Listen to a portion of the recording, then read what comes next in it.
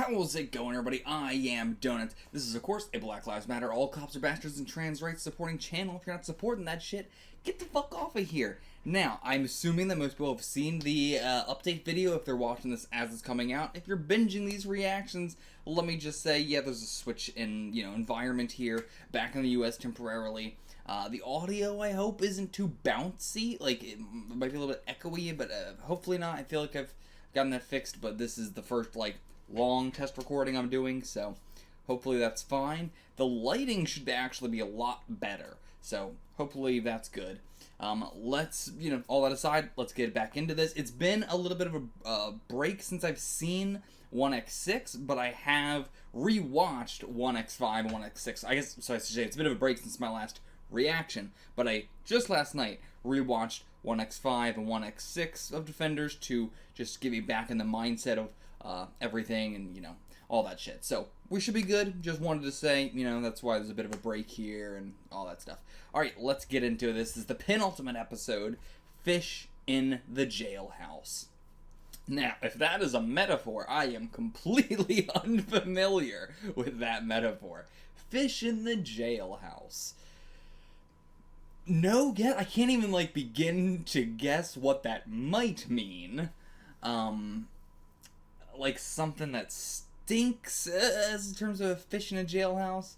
What else could that be? Like a dead body, maybe? I got no guesses. I've got no guesses as to what that could even mean towards this episode. Let's just get into it. Let's just jump right in there, everybody.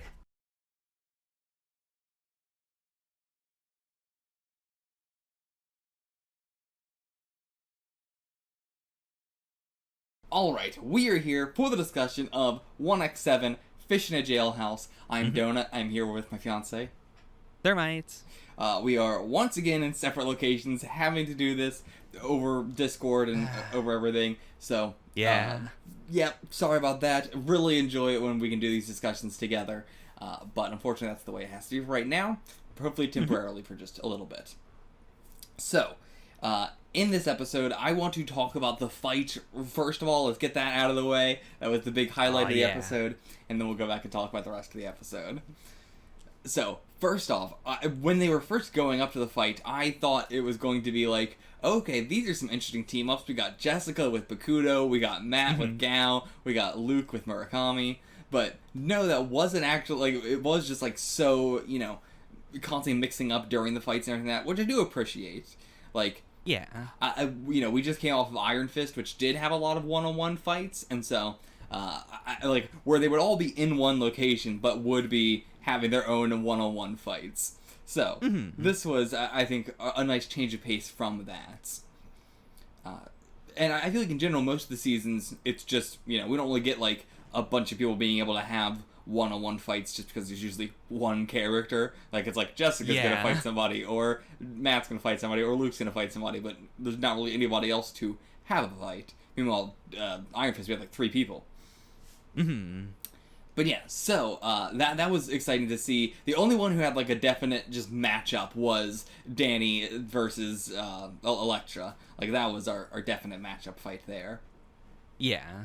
Which it was also it was really cool having it be having the 3v3 fights in and then cutting directly to Danny and Elektra as the one-on-one. It was very it was very unbalanced in a cool way. And it didn't stay 3v3 either. We got Colleen to jump in there and make it 4v3. Yeah.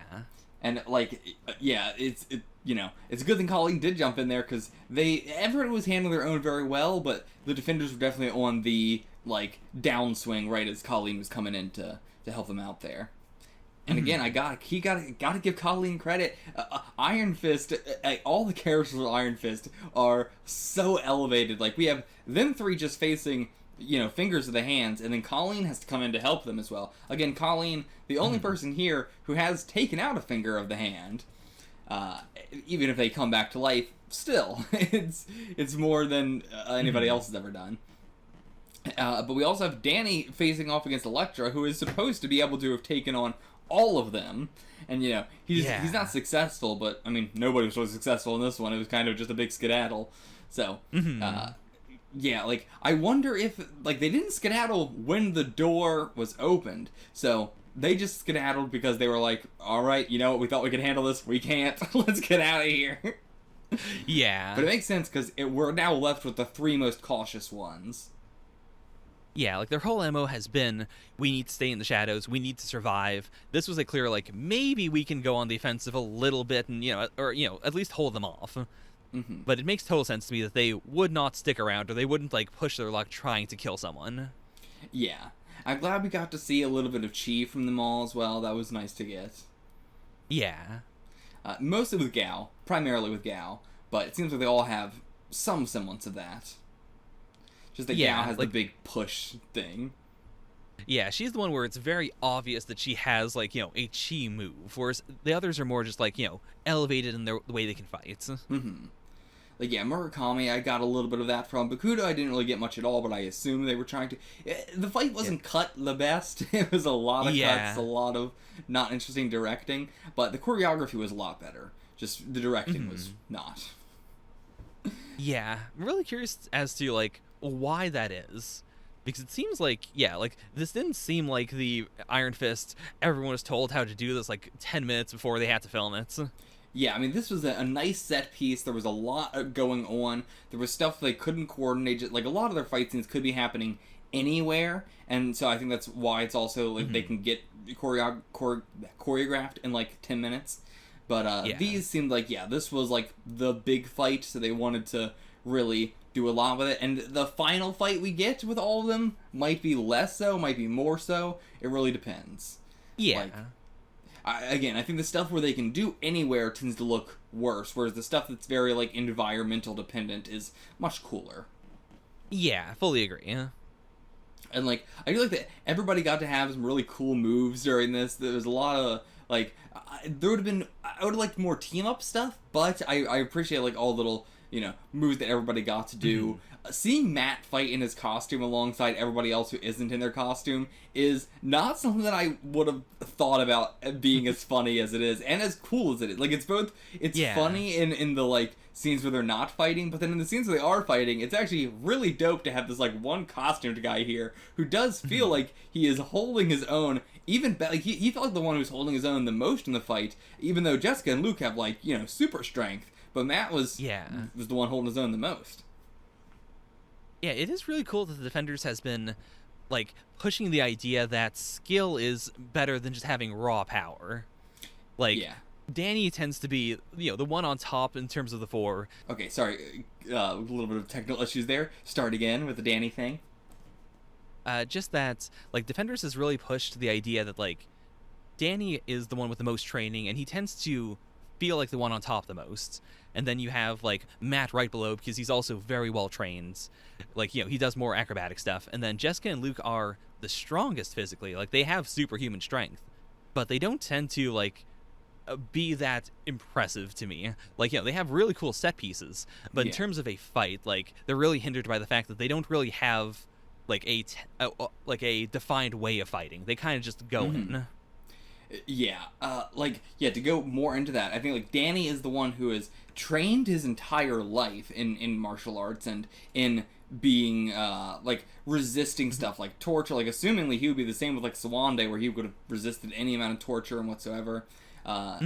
Stuff like that. He's just trained in so much shit. Then he also has the Iron Fist, which is the most powerful thing that any of them have in their arsenal. Like, that could even take out Luke Cage. So it is, like, the most powerful thing we've seen so far on their level.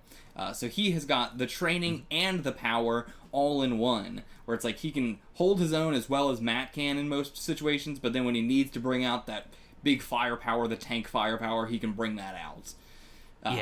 But meanwhile, you have, like, Matt, who, again, trained basically his entire life via stick, someone who is very much so in like, related to this Kunlun stuff, the Kunlun stuff, so it's very, like, they both have that same sort of training as well. Not exactly the same, but, they both have stringent, hard training.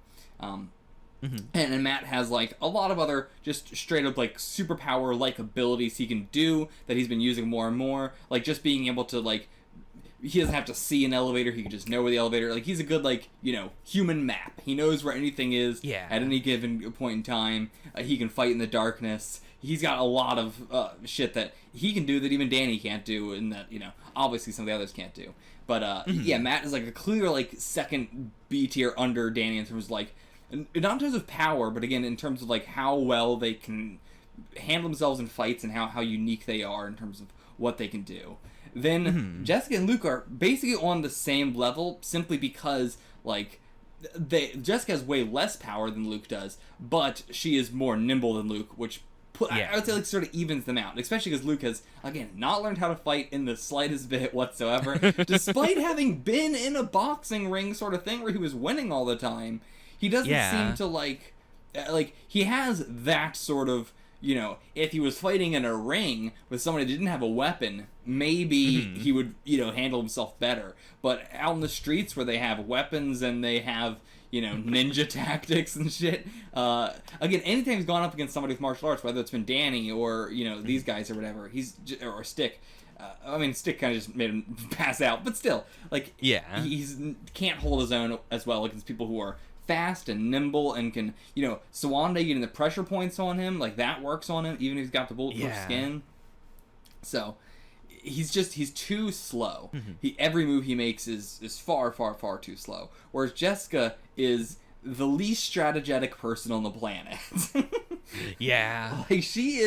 Like she would be even stronger than Luke just by nature of how, fast she could be if she wasn't drunk and uncaring and just like very, very overconfident in herself, or not even overconfident in herself, maybe like lack of self-preservation, Yeah, I can see that for sure.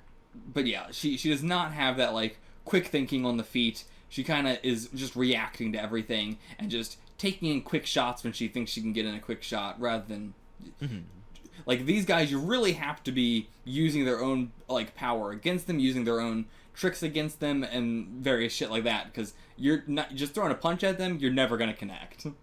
Yeah. And so it's fascinating seeing all three of them fight together, and Danny and that below. They're all so different in terms of their power and in terms of what they can do, that they do make up a fascinating team because of that. Yeah, I'm really happy that they've kept like fairly consistent with that. There are a lot of team series that kind of devolve into, and then everyone sort of does the same thing, but they've each got like a special weapon or something. Yeah. I really appreciate that, I think any other series would have, relegated Jessica to, and then she does, some stuff that doesn't look like martial arts, but it is still martial arts, because we gotta choreograph her like that. Gotta make her look cool. But, the way she is cool is very, it still fits with the idea that she almost never, ever fights, in her own series. She, does a lot of skedaddling, she does a lot of, breaking into places, but she really tries not to be in fights. And now she has to be in fights, and it's very clear, okay, she's trying to make it work, but she's not meant for this. Yeah, she feels way more like she's just trying to survive in this situation rather than trying to actively take them out like the rest of them are, which is again understandable. She's just not that kind of person right now.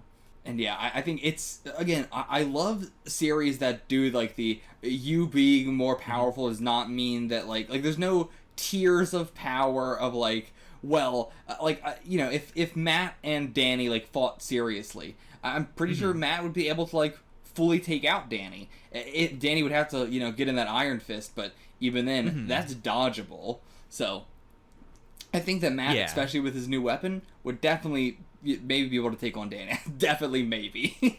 But it's an interesting matchup there versus Matt versus Luke. Not a chance in hell, absolutely not. It's just, there's no way that Matt has anything that can hurt Luke at all.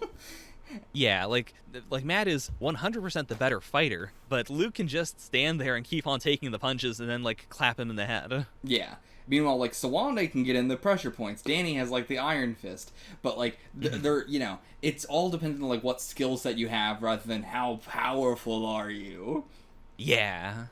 And I really appreciate that. Especially because sometimes the movies sort of do that a bit, where it's well, this character's supposed to be this powerful, so we have to kind of fudge it a little bit of why they couldn't just get taken out by this other ability that goes against them. Yeah. But I feel like, yeah, the Netflix show has been very, very much like people want to see these characters fight like amongst each other and stuff, and they are very interested in like who could beat who has an ability that can affect who, and so on and so forth, or even just like whose personality can get under whose skin. Yeah. Like that's Like, also a it's big part of it. Yeah, a lot of that's the kind of stuff I really wanted to see in the bigger, like, MCU movie team-ups.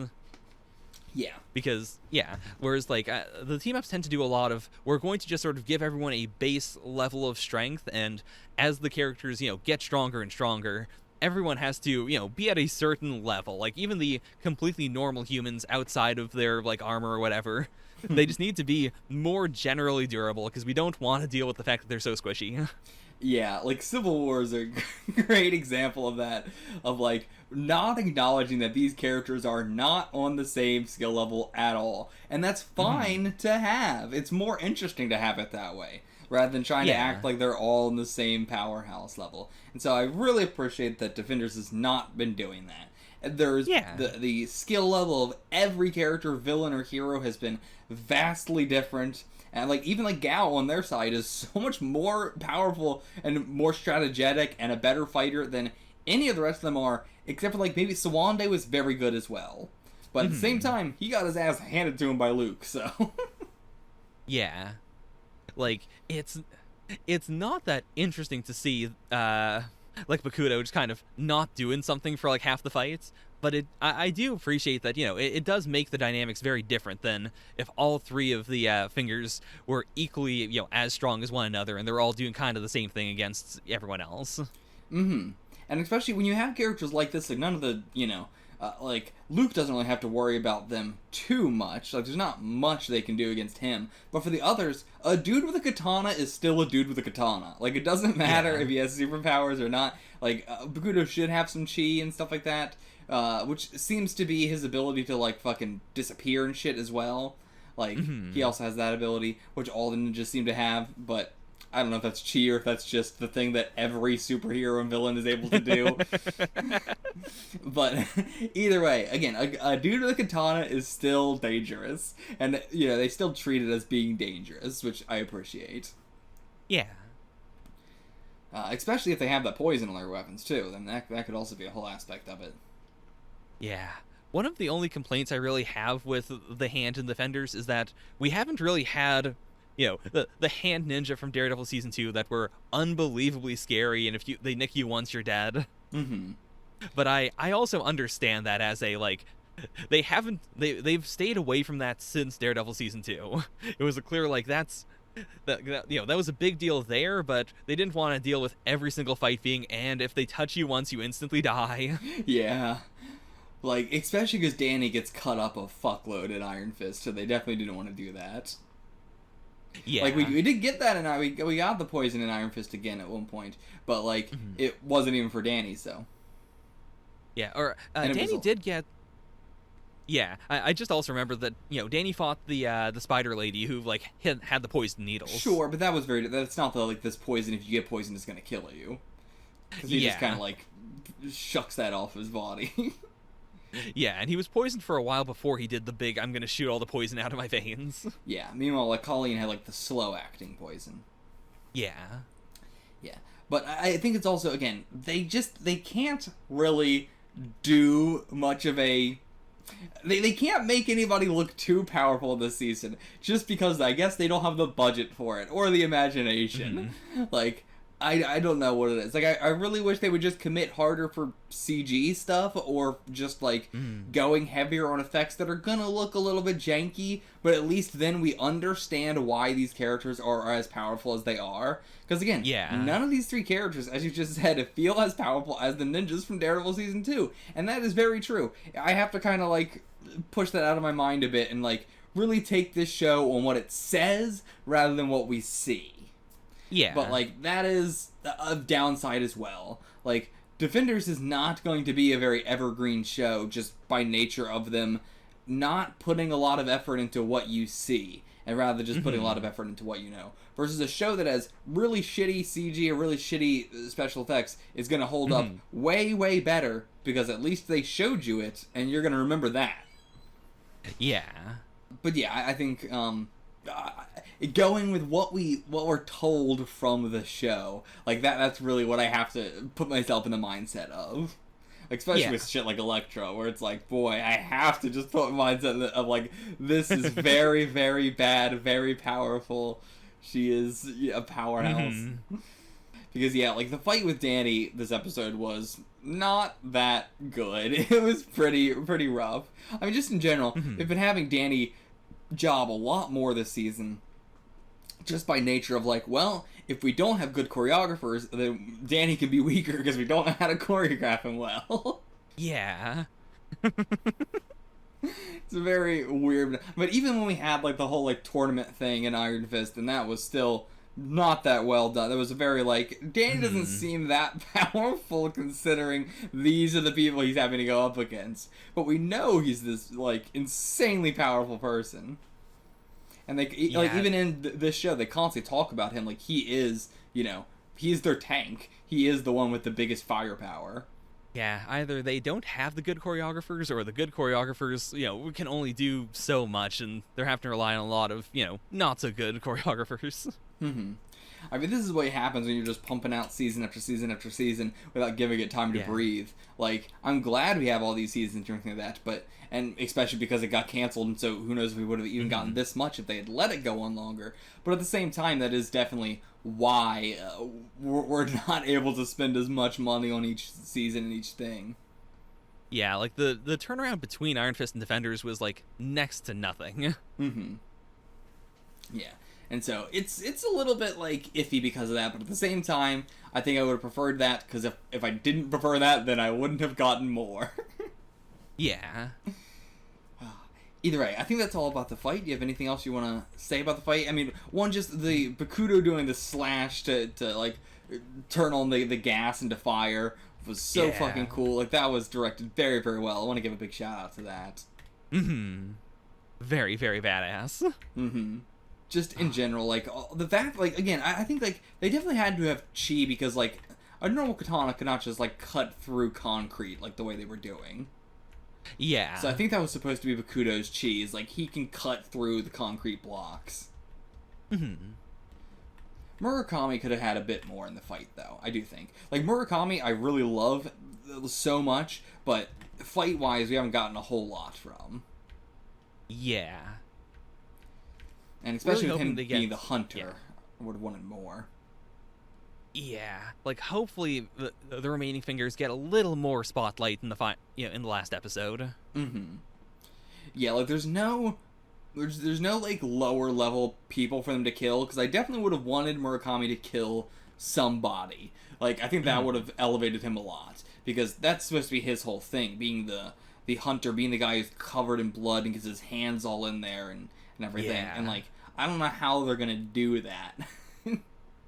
I mean, they could do it with Matt. If Murakami gets a good deep cut in with Matt and like tries to go grab his organs or something, I don't think they would go that far. If he gets a good deep ass cut into Matt, I'd be happy, because that's par for the course for Matt.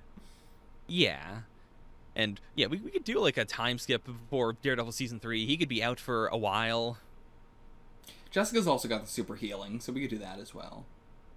Hmm. But yeah, I would want to see something like that. I want to see him get a big injury on somebody at the very least. Yeah, same. But yeah, very, very smart move on Elektra, getting that fist in that door. Like, Oh you boy. could see it coming from a mile away, but that is Danny's character fully 100%. Like, he is just tunnel vision, tunnel vision, tunnel vision. Yeah. And yeah, we'll talk about what's behind that door at the end of the discussion. The only, like, this is not really a downside. It's just like a personal thing. I was really like, I expected it to be a big like, Danny fights without the fist for that entire time, and then Elektra is like pissing him off, and then he just uses the fist for one big blow, like he's finally been pushed to use it, and then she like slams it into the door. The fact that he uses it, and then he's kind of just like using it for like a solid minute before she manages to make it hit the door, kind of took a little of the cool factor away, but I still think it was cool. I like that better, because Danny has been, for all of Iron Fist and then all of this, been like, so you can still like all he can do is make the fist once and then he can punch once and then it goes away usually. Whereas like this is the first time I think we're seeing that he was able to punch with it and then still have it up, which is you know, I'm glad that he's finally getting a little bit of a power boost there.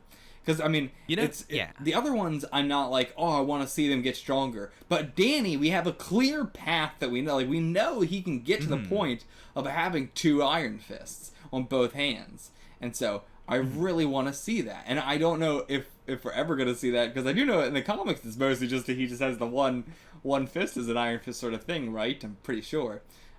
So... I wonder if they are going to eventually do a, like, yeah, now he can fight with 2 hands or both Iron Fists, and he can just do the order. Because, yeah, like, he still has a lot of growing to do, and they did set up in Iron Fist that, you know, he is the Iron Fist, but he didn't go through a lot of the training he was supposed to go through. Like, of any of the characters, he is the one who should have the big shonen, like, growing over time, getting new moves, or, you know, just learning how to do other things with the Iron Fists. And we have already gotten that with Matt as well, with Daredevil, in terms of, like, suit upgrades and weapon upgrades and stuff. But he also has upgraded in terms of, like, now I can learn to hear their heartbeats and stuff like that. Yeah. So he's also been upgrading. But yeah, Luke and Jessica, I'm not really sure how how they get an upgrade to their powers. And, you know, I'm not really sure if they need one exactly. They're pretty strong already. Yeah. Like they just need to learn how to fight more. Yeah. Like, I would like Jessica's thing be that she goes from, you know, mostly using her powers to just break into places to learning how to fight a little bit. Yeah, like, I can't see her doing martial arts, but if like, Malcolm made her start doing yoga, I could definitely see that. Or if she just gets more into the Drunken Master fighting style, where she just gets more drunk before each fight. Oh, that would be very interesting. Because it would also be like, you know, she has super strength, she has super healing, but it still hurts her a hell of a lot to get hit. So, I think even in this fight, she was like, oh, that one really fucking hurt. Yeah. So, you know, if she was drunk as well, then it would help her to be like, oh, didn't even feel that. I'm gonna feel it in the morning, but maybe I'll even be, I'll be so drunk and then I'll pass out, and then by the time I wake up, it'll be all healed. Yeah, part of the Drunken Master fighting style is also just, like, allowing your body to relax a lot, so when you take a hit, it doesn't do as much damage. So, I think that would actually fit pretty well into her style. Yeah. Whereas, like, Luke should already know how to fight a lot better than he does. Luke's upgrade would just be doing what he canonically should be able to do. Yeah, but again, I think Luke, I understand it a little bit more, because it's like the only way that he knows how to fight is with guns and with boxing. Like, specifically boxing, which nobody that he's fighting is gonna box him. Yeah. Like, it's a bad moveset to have. Yeah. It's not gonna help him. That's what he always does. He goes for the big swings. He goes for the grabs. If it's like an MMA sort of thing, maybe, like, he's going for the grabs as well. But he's, you know, nobody's gonna let him. He's not fighting anybody that is a huge boxing dude. Like, Yeah. everybody he was facing was like huge powerhouse buff dudes, and like everybody that he fights now is a skinny little sneak away person. So it's just bad matchups. Like, the closest we got to that was a Diamondback. Like, the fight with Diamondback, he did very, very well in, because Diamondback was trying to box him and trying to punch him. Yeah. And it's like, yeah, if someone's trying to punch Luke, then he's gonna wipe the floor with him. But yeah, let's move on from the fight now. Talk about some other aspects of the episode. Aw, yeah. I really, really like the intro. Yes. Oh, glad we got just, like, it's such a specific flashback, such a specific point in time, but very, very fitting for, you know, what just happened last episode and going into this episode. Yeah, I think it was really needed as a Cap on Sticks character. Like, having him be the big badass who's constantly like, no, you gotta kill, we gotta be more brutal, we gotta be more serious, because the war is coming. And then, at last episode, seeing that he could not kill Elektra when it mattered, because he's still human. He still cares about her a lot. And then seeing in this flashback him, giving the talk to her. I mean, also, filling out something from Daredevil season 2 that we didn't really see, like the aftermath of her trying to tempt Matt into, being a killer. Yeah. Like, we knew that Stick made her do that, but now seeing it from their perspective, and seeing that he was, trying to, give Matt that tough love and give Elektra that tough love, but fundamentally, like, he doesn't 100% buy what he is selling. Or rather, like, he has too much kindness. He does believe in it. He does buy it. He does believe that is, what needs to be done. But he still can't bring himself to be that cold and that heartless when it comes to someone he really cares about. Yeah, like, everybody as edgy as they want to be has that one person. Yeah. Like, and I really like that. And again, and seeing it with contrast of, like, it's not that what he was talking about was hollow. Like, he was going for Danny's head, and then he went for it again. Like, he kept trying to go for it. He was going to kill Danny. There's no question about that. It is just Elektra that he couldn't kill. And like, the fact that he was getting on Matt about that, like, no, you have to kill her, Matt, you have to kill her. But then, Matt's not going to do it, he's not going to do it. Nobody seems to be capable of doing it, because even the other defenders are not capable of doing that. Luke would go turn himself in if he did that. Luke would go to the place. But yeah, it's so perfect of a thing. I love it, especially as a cap, again, to last episode, because all throughout my reaction to last episode, I kept just saying over and over again, like, I wonder if Stick would just kill Danny at the beginning of all this, and it's like, oh no, he would still do that. Like, I was giving Stick too much credit throughout Defenders of being like he's over that, like, we just kill it to end it sort of thing, but, now, no, not so much. I mean, and even at the very beginning of all of this that we saw, like, he has always been the person who, like, he could have killed Black Sky right off the bat immediately when she was a child, but he didn't. That's never been his thing. And, like, now he's doing, like, the big, well, now it's too late, now we have to. But even now, even when he knows it's at, like, the last moments and he had his chance and he still can't do it, it is, like, just for years and years and years and years he's been telling himself this thing, and then it all comes to a head and he still can't do it. Yeah. And yeah, like, to be killed in that moment, I wonder, like, with his psyche, how does he carry that with him, into the afterlife, into whatever? Like, is he glad he still had that humanity left in him? Is he disappointed he was not able to do it? How does he feel about that in the afterlife? Yeah.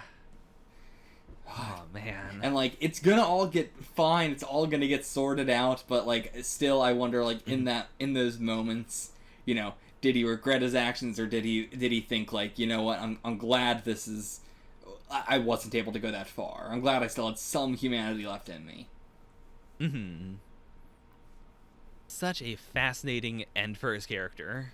And such a good character overall. Like, the Defenders would not be half as good as it is if Stick was not in here as a major character. Like, yeah, absolutely. And it is very fitting that, like, once Stick has his end, Colleen comes in stronger as the fifth member. Yeah. Like, I feel that's very, very fitting. And like, they had very, very little interaction between them. But I could also see a way later thing where we get a flashback like this with Stick and Colleen. I could see that.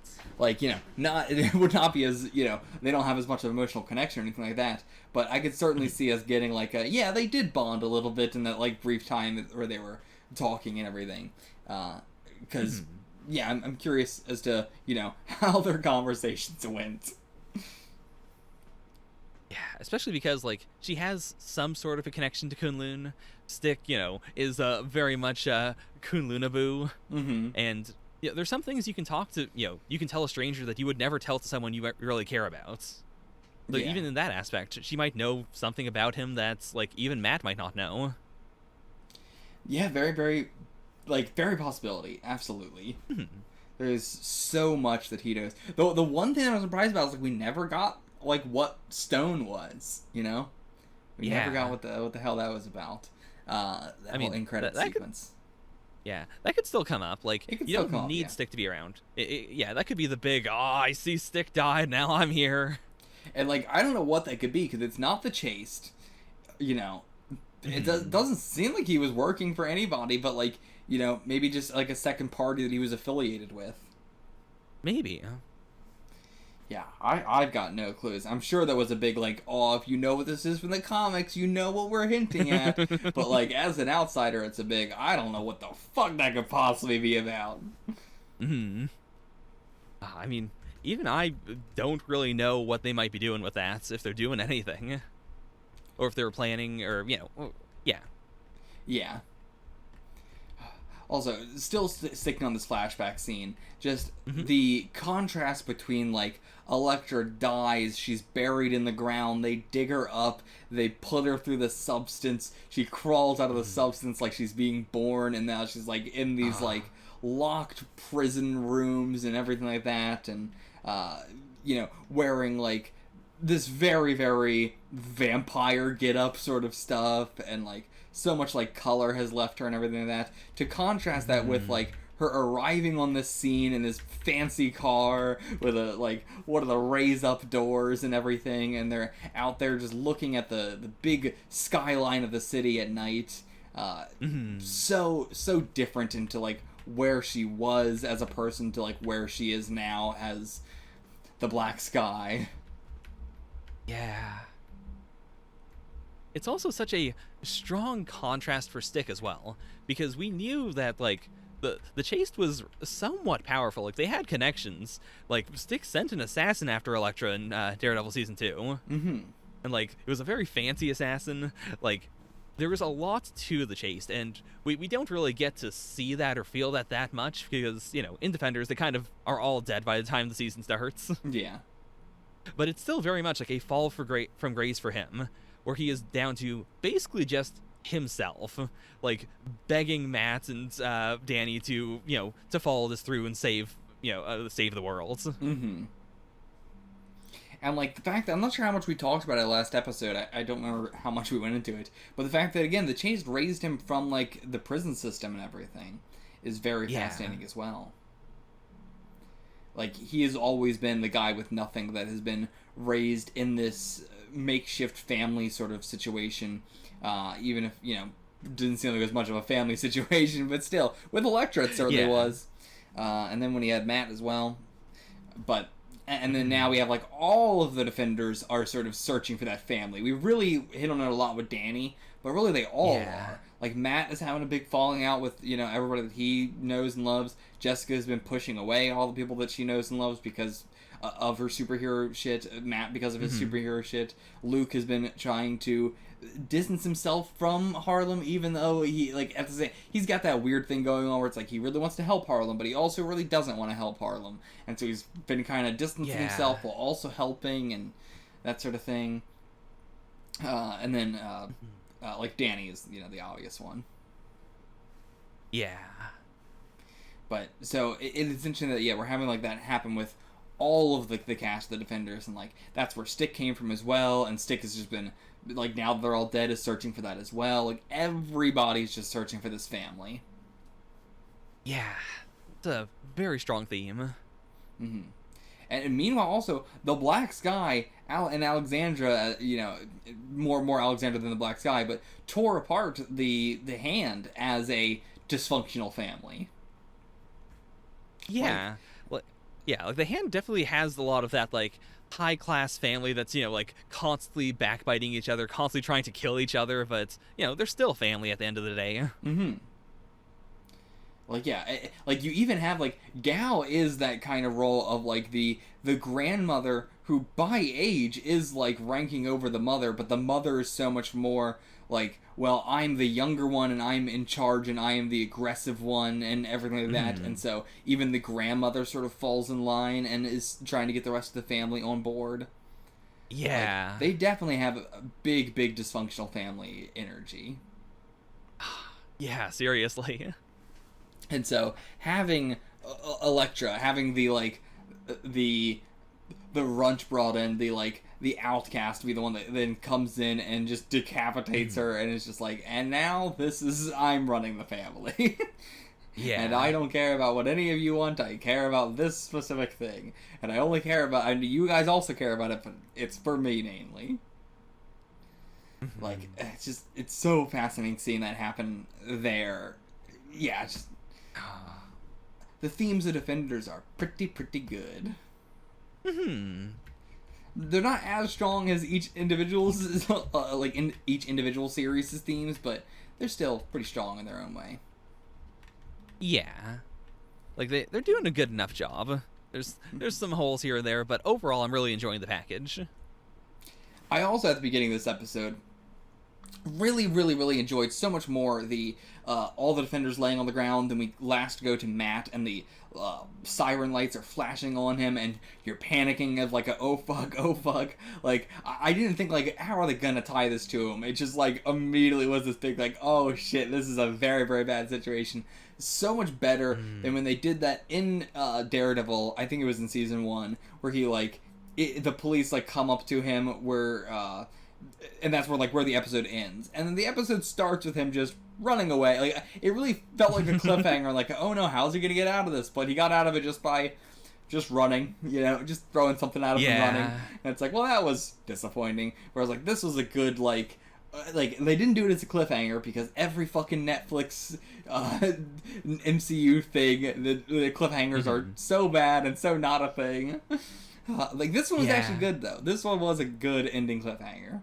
Like, of last episode to this one.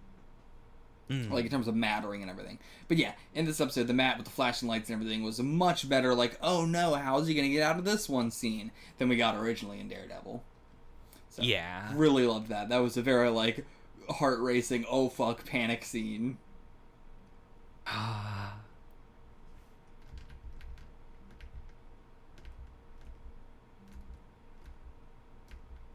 The fact that Jessica was the only... Like, Jessica was handcuffed in an interrogation room. Matt, totally fine. Luke, totally fine. It was just Jessica that they handcuffed and everything like that. And, she does have 2 giant books of police records. But still. I mean, and she also was just found at the scene of a murder just recently. Yeah. Like, I get it, but it's also so fucking whack. Yeah. Luke got out of it because he was just on, like, a medical stretcher.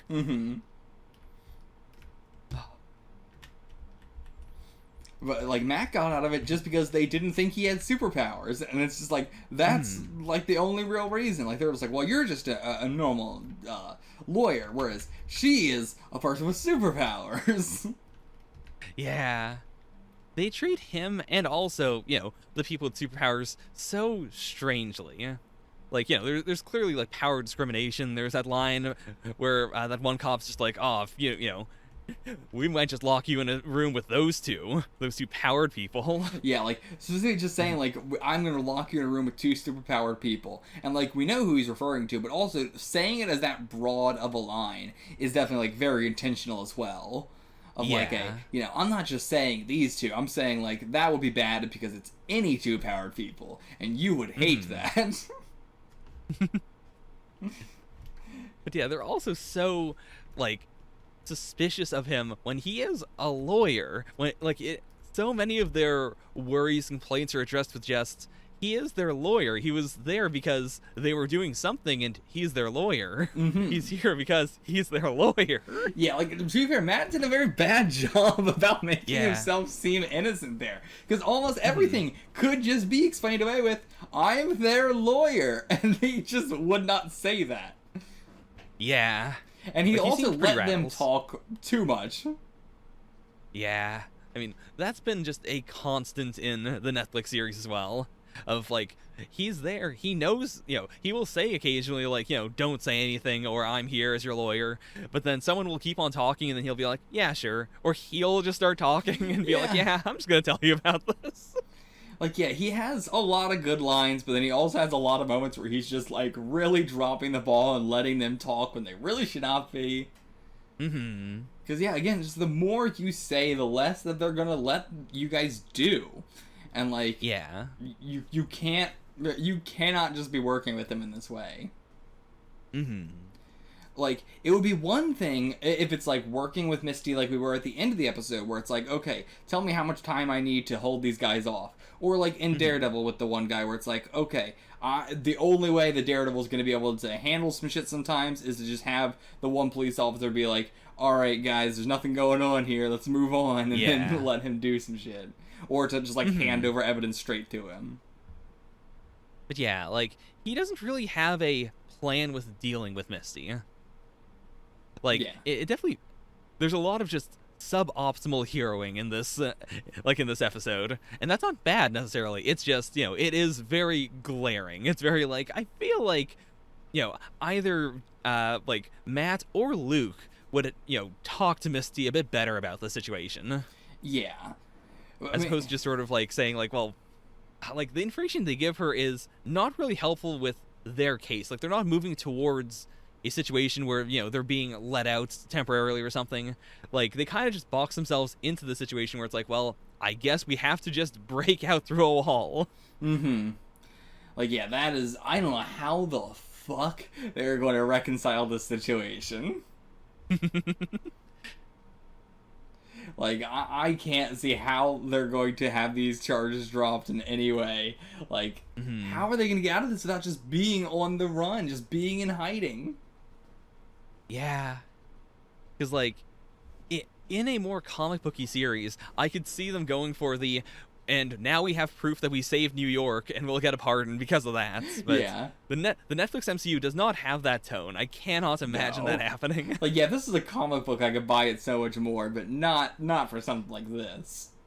Again, I think the smartest thing they could have done was to have Matt dress up as Daredevil first. And I mean, they could still pull this off, but to say that Daredevil broke them out. Like, I think that might be the best way to do it, because, like, nobody's gonna, like, people will probably be like, well, how the fuck did Daredevil do that? But, and also, like, you guys didn't stop him, but then you could do the big, like, yeah, Daredevil has exploding powers, and he could kill you with his mind if he wanted to, so we had to do what he said. Like, they don't fucking know anything about Daredevil. The public doesn't know shit about Daredevil. Yeah. Now, the current situation is pretty bad because it is Luke and Jessica kidnapped a lawyer. That is what the cops believe right now. Yeah. Oh, God. How are they going to get out of this? I have no real guesses whatsoever. Like, nothing. The only thing I think was, like, Danny, maybe. Like, if Danny can just pay them all off. I mean, with enough money, they could get out of it. I mean, the end of Iron Fist Season 1 was Danny just bribing the police a whole bunch, and then they dropped everything. Yeah, so it's like, we could just do that again. Just, when you have Danny, you don't really have to worry about going to prison.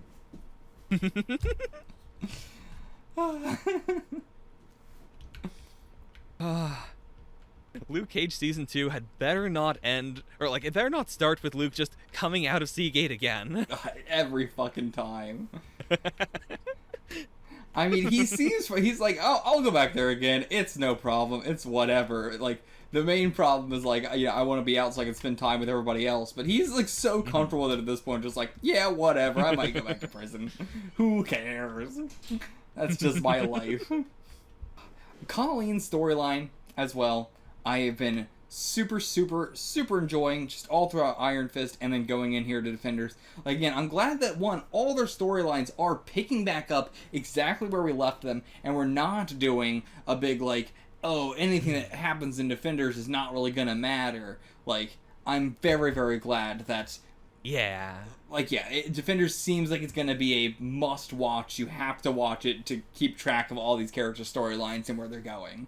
Like, each of them are growing in such huge, important ways in this season. Love that so much. But yeah, Colleen specifically with her, like, dealing with finding out that she was a part of the Hand. Like, we're still reeling with that in this episode and everything. And, like, we've just been reeling with that since we got that reveal. And, yeah, they're treating it with the amount of dignity that it deserves, because it's a huge deal. It's it's big. It's big. Seriously. And, like, I do think that, like, this is the best we're getting right now. Like, she is handling it in a very, how do I put it? A very practical way. Like, she's like, well, you know, just sitting here and being like, man, I can't believe I was a part of this. How could I have been a part of this? I don't deserve to have these people as friends, or I don't deserve to be a part of this fight because I was on the other side of it at the beginning. Like, it is now way more the, all right, fuck it, I'm gonna go get these explosives, I'm gonna get the blueprints, and I'm gonna blow up this building. That's what I can do. Yeah. That's what nobody else is doing. That's how I'm gonna solve the situation. Like, just really putting that, like, depression towards a practical use right now. Which is, you know, I imagine we're also gonna have some repercussions of that, because she's kind of pushing that down right now to do this. But, and like, you know, having to be very strong in her, like, explanation of why she wants to do this and stuff like that. Like, she's having to explain herself a lot, and so whenever you're having to explain yourself, it's very hard to hold back your emotions. So, like, yeah, I imagine this is gonna have some repercussions, so she's gonna have another little bit of a cry afterwards. But for right now, it's an excellent way to be funneling that energy. Yeah. And I'm really glad that she's willing to commit to this and that she's willing to fight for it, because, like, it feels like we came to a conclusion this episode, but I feel like next episode we're going to have another verbal fight over, like, oh no, can we take down this building? Oh no, this is terrorism. Oh no, Luke's gonna call the cops. It's so Jessica and Luke, the two who have broken the law the most, are so concerned with the law. I mean, you guys just broke out of a prison and you're like, oh no, if we blow up a building, that's gonna look bad on us. It's like, what is your concern anymore? You can't have a concern after you've blown up the fucking, or after you've broken out of the precinct. You don't get to be concerned anymore. I mean, truthfully, I'm going to lose my fucking mind if we are in, like, Jessica Jones season 3 and she is still rolling her eyes and going, I can't fucking believe it, we're talking about dead people coming back to life. Like, how are people still acting like this stuff is ridiculous? In what universe are they living? Yeah, like, there's a level of quote-unquote realism, or when I say that, what I really mean is, you know, acting like comic book stuff is silly, that becomes silly once the world gets comic booky enough. Yeah, exactly. Yeah, like, you have to eventually hit, Keep going. Just that, like, realistically, you have to hit some level of desensitization just because that is the world you're living in. Like, this stuff is just happening. Eventually, you are like, yeah, there is an Iron Man. Or, yeah, she has to be real because I've seen people use it. Yeah, I mean, seriously, if in our own life right now we found out that mummies were real, mummies came back to life and shit like that, I feel like a lot of people would be like, yeah, might as well happen. Like, sure, fucking the next thing going on in 2021, mummies are walking the earth. Like, we've gotten to the point where most people are just like, yeah, sure, that might as well be true. Like, so I think it's absurd to be living in a world where you have so much shit that is absolutely crazy that has been proven true, especially with the shit that Jessica's always talking about, where she has witnessed with her own eyes it being true, and is still like, this is ridiculous.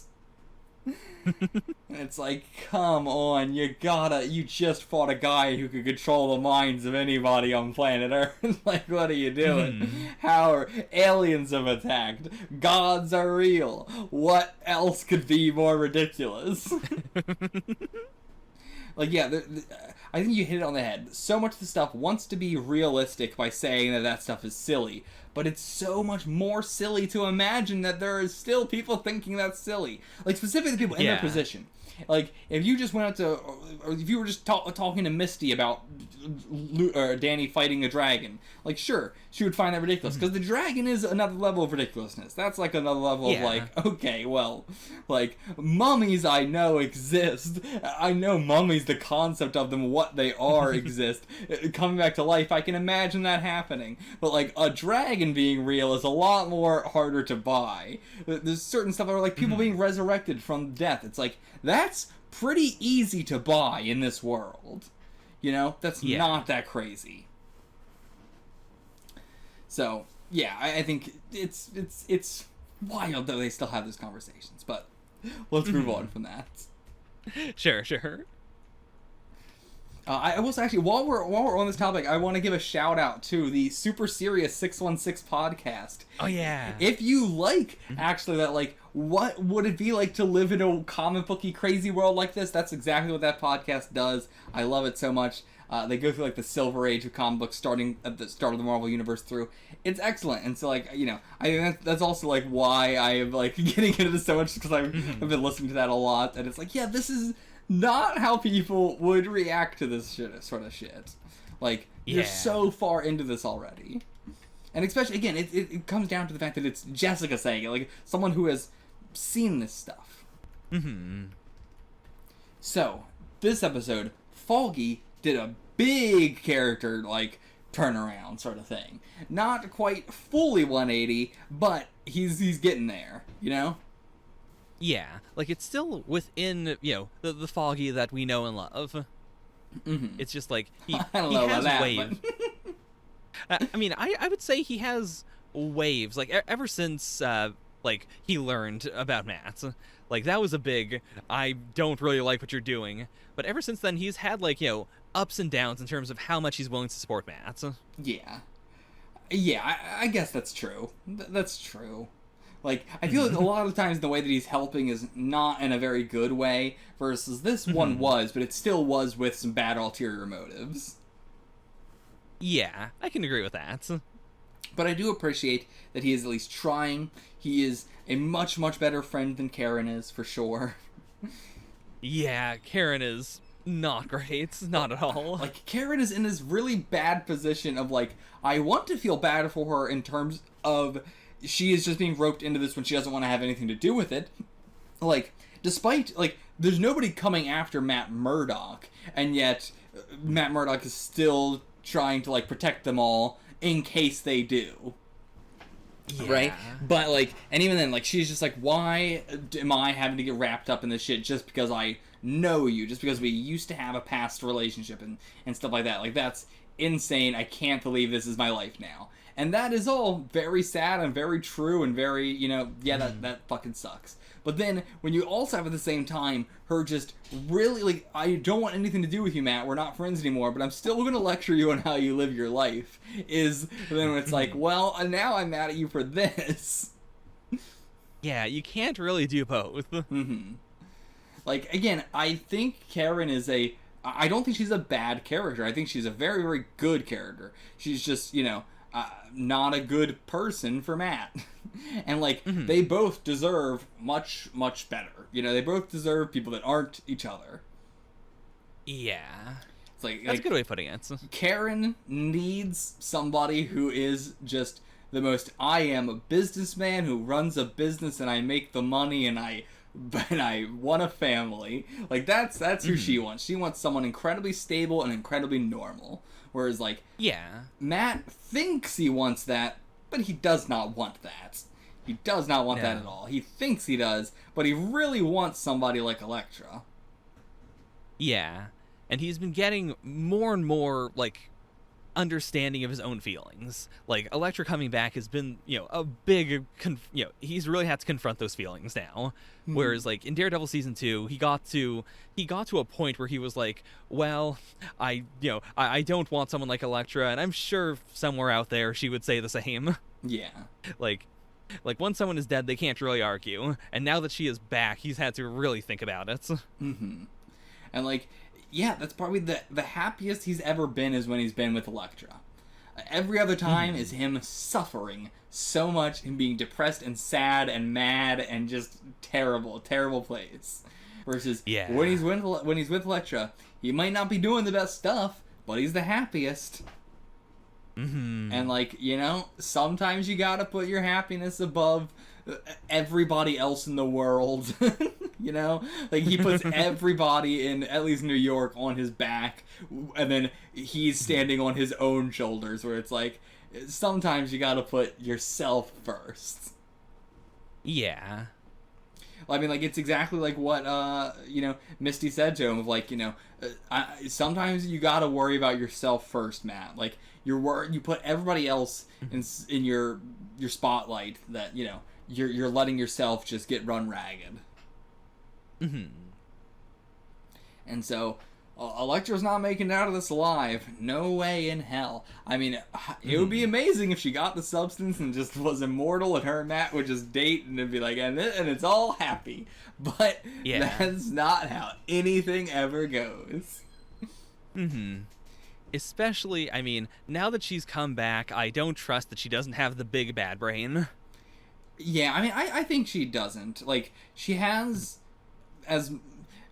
where she is right now could just still be bad brain, but it could also still just be Elektra. This is just how she was. You're not wrong. This is how she was. Like, I think a lot about, like, why is she doing this? But, I mean, like, the way she talks, the way she acts, the way she does everything is exactly like how she used to before. The only difference is that, like, what she's doing now is definitely worse than what she did before. But at the same time, it's only worse if she thinks she can't kill the fingers. But why does she not just kill the fingers? That's also I guess because if she didn't, then she wouldn't have been able to open the door. She wouldn't be able to get the substance. Like, she knows the defenders are not going to be like, oh yeah, you want the substance to live forever? Here you go. Even though they should. They should. But at the same time, where they are at is like, no, this is an undead person who has no personality of their past self, and they're just a zombie trying to attack us. And Matt's the only one who's been like, no, she recognizes me a bit. And to be fair, none of them have seen the new Elektra of, that's just straight up Elektra. Yeah. So, like, I get why they wouldn't. They're not going to believe her. They're going to think that she's just fucking with them. But, like, yeah, so I get it. I get it. I was saying it as, like, they should, but in all honesty, like, they shouldn't. It really would feel like, you're getting fucked with heavily there. I think you would at least have to wait a bit. Like, all right, let's let this, chill for like a week or a month or whatever, and if you're still acting normal, then we'll do it. But at the same time, the substance could make you more evil, but it doesn't seem like it.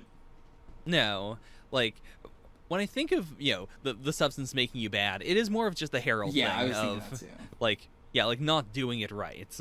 Whereas it seems like, I mean, especially because Alexandra cared so much about the Black Sky, I'm certain that she got the good substance, or like the proper process. Like, she came back the way the fingers came back. And I do wonder if, like, that's also a reason why she's keeping the fingers alive, because she don't know how to do the ceremony. Yeah, like, all we saw at the end is dragon bones, but we don't know how to make the substance in any way. Like, they know how to do it. And blood. Gotta be. Yeah, like, that would tie very well into the other blood stuff that they were doing before. And into the Danny plunges his heart into the undying heart of Shao-Lao, or plunges his hand into the undying heart of Shao-Lao, like, in a... Yeah, that would also be, like, how he got his immortality. He, like, plunged his hand into the dragon, it came out with, like, blood on it, and, like... Or maybe because his hand was already so fucked up at that point, like, cut up and whatever, that, like, that's how it works. Yeah. Or, I mean, the fact that it's, like, a boiling heart, I don't remember how it was described, but, either way, it was described as being, like, unbelievably hot and everything, so maybe it, like, boils the flesh off your hand, and then, like, the blood of the dragon goes in there, and then, like, gives you the power and heals your hand back up. I could see that for sure. Because, yeah, he looked bad when he came out of that cave as well. It's like, it's probably a pretty brutal process. And, like, they were like, why don't we just kill a dragon and then just bathe in its blood? And also, oh my god, I wonder if it was a very, very diluted, like, in the fight with Elektra, there was, like, water all over the place, but it didn't look like water, it looked like oil. But that could have been the substance, but, like, not enough, or it's very watered down, like, it's just, like, some of it is seeped into there, and it's, like, 90% water, 10% substance. Yeah, they might have to, like, really concentrate it. Yeah. Also, the fact that they keep calling it the substance and not, like, if it's just straight up dragon blood, I'm gonna be so, like, why do you call this the substance? I would only buy that you call it the substance if it's dragon blood and this and that and whatever. Mm-hmm.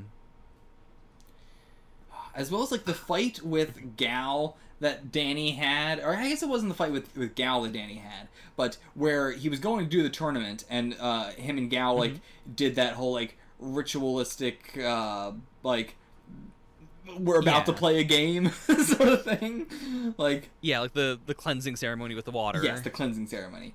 Like, again, there's so much of that kind of stuff going on that, like, I wonder, like, if it is is it just straight up the dragon blood, or is there a whole ritual ceremony that has to go along with it, or it'll get fucked up, like Harold. Yeah. And even then, again, we were told that any time this happened to anybody, they came back and hungered for human flesh and killed the people they were closest to. But, like, yeah, Harold, that happened real fast.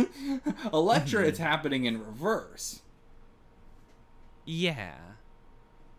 So, I don't know. Yeah, there might also be sort of like a purification process, like you get the juice and then it makes you hunger for human flesh, and then like they had to figure out a way to restore your sanity over time. Yeah, because like there was because like we have the long process of Alexandra and Elektra where like Alexandra's treating her very well and like leading her through everything, and then also like helping her train, like all of that might be part of it. Yeah, I can't imagine the others going through that, but it must be. It's gotta be.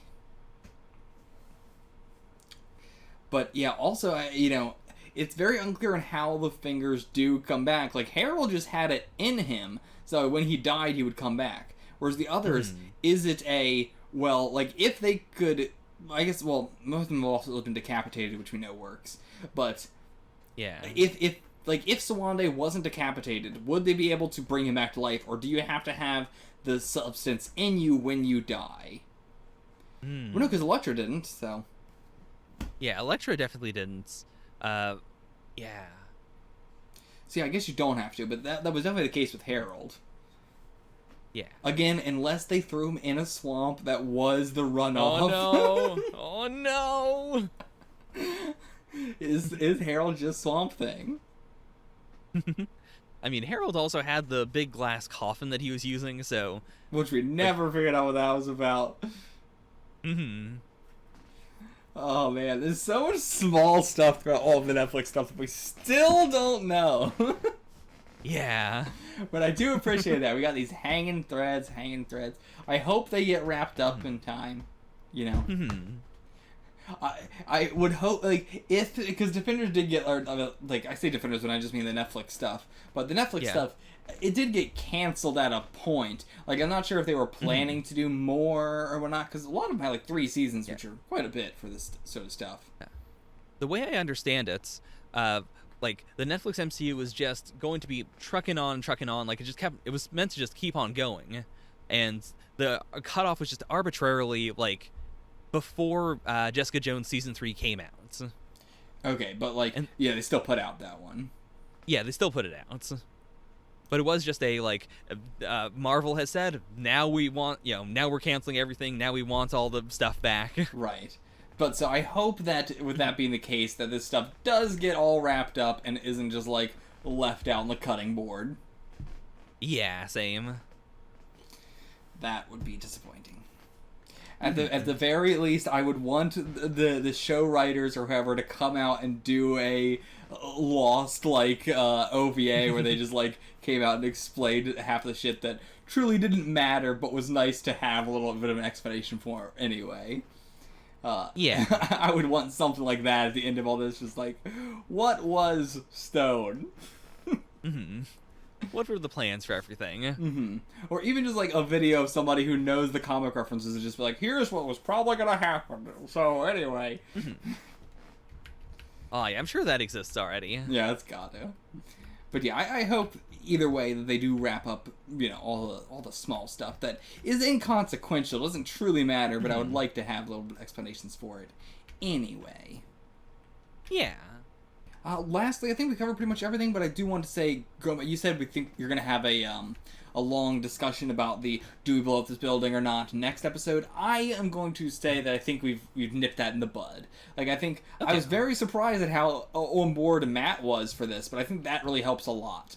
Like, Matt, I could see being very, very against this in another point in time, but I think Matt's also so fucking done with this shit now that he's like, fuck it, I don't care, we're gonna blow up this building. And, like, I think a big part of it that helps him is, like, there's nobody in this building right now, which is definitely a lie. Straight up a lie, because Elektra's down below, but I think he's thinking he can save her. Yeah, like, the big moral thing is getting Elektra and Danny. Yeah. But yeah, aside from them, there's nobody else in the building. Yeah. But yeah, I think having, we gotta have Luke be like, no, I'm gonna turn you into the police if we do this, and Jessica with her classic, like, I hate doing bad things at all. I know I break the law constantly, and my whole character is being bad, but anytime it matters, I hate doing something illegal. Like, it bothers me so much with how much illegal shit she does just casually, but then whenever it's a plot point, she has to be the character who's like, I don't want to do this. And it's so weird from a writing perspective, because like, they're doing it in the same way that she just doesn't want to get involved with stuff, but her character's never been, I don't want to do this illegal thing. And so, like, it's so weird that in Defenders they're trying to make that her character as well, which just does not work. I mean, in this episode, she steals a beer from a homeless guy. Yeah. I mean, in the beginning of the season, she stole the fucking thing from the police. Like the notes or whatever. I don't remember exactly what it was, but the thing that led her to the architect stuff. But yeah, like, that's been her thing this whole time. So why are we doing this now? I don't know. It's because they don't have another fucking character for it besides Luke, and it doesn't make sense for any of these characters. Yeah. Why is Luke so obsessed with this? Why is Luke like this?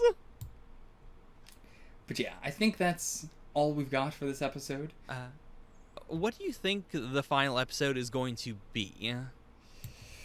Oh, I mean, it's going to be a lot of reveals, a lot of talking, and not a lot of action. I think this is our big action episode. And I think, like, we're going to get a final fight sort of thing, but it's going to be very, very brief. In terms, like, even, like, in Iron Fist, the penultimate episode had all of our big fights in it, and the final episode had Harold falls off a building. You know? So... Yeah. Like, it was more emotional, but, like, all the big action was saved for before that. It was more of a, like, and now we're going to do kind of an epilogue-y sort of final fight. I could see Danny doing a big fist thing, like, if, like, it starts to explode and he has to do, like, oh no, the explosion's coming towards us, let me punch it back, or something. I feel like we gotta get a good Iron Fist in there. Because we haven't had a good Iron Fist in this entire time, I think, for this season. Like, we got the one with Luke, but that wasn't very flashy. Like, I'm talking about the ones where he does something huge, like, you know, blows a big giant door off of a hospital, or does the big shattering of the floor and the Rand building and shit like that, you know. Big Iron Fist stuff. Do you think he's going to lock away the Dragon Bones again? I could definitely see that, yeah. Yeah, because they spent all this time talking about how an Iron Fist sealed it away and only an Iron Fist can reopen it. Like, maybe he can just steal it away again. I think the number one thing that I'm curious about is, are we going to find out what happened with Kunlun, you know, at all? Like, are we going to figure out what happened there? Because they did do the big drop of, like, no, it's not destroyed, you know, which is what I've been guessing the whole time. But still, it's nice to have clarification for that. Yeah. And yeah, like this is their... I can't believe it's like, we're not going to show you a dragon in Iron Fist, but we will do the dragon bones. And I know we're not going to get to see an actual dragon ever. Even though I really want to. Let it be the shittiest CGI in the world. I don't care. Show me the dragon. Yeah. The way I see the final episode is... they set up the bombs, but they're like, Luke's like, oh, I'm not gonna let you blow it up though. Like, we're just setting it up just in case. Mm-hmm. Then they go down. Danny, we have the big Danny versus Elektra fights. Elektra explains everything about the bones.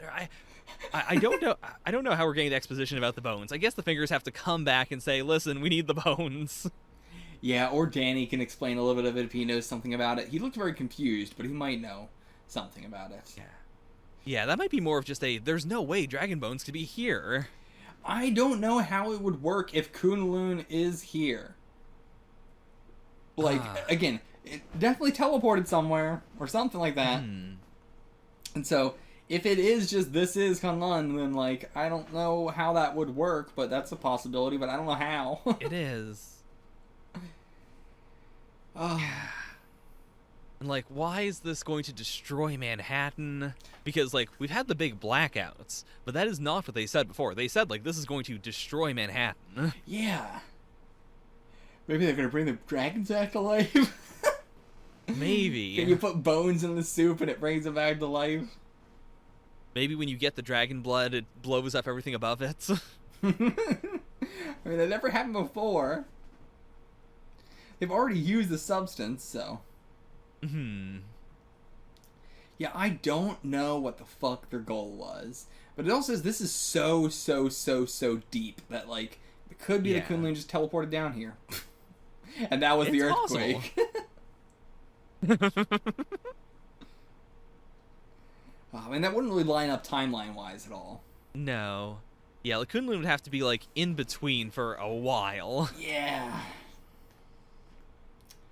Well, that's all I got for this episode. Yeah, excited to see the final episode. Very excited. We'll see you guys for that. Until then, get the fuck out of here.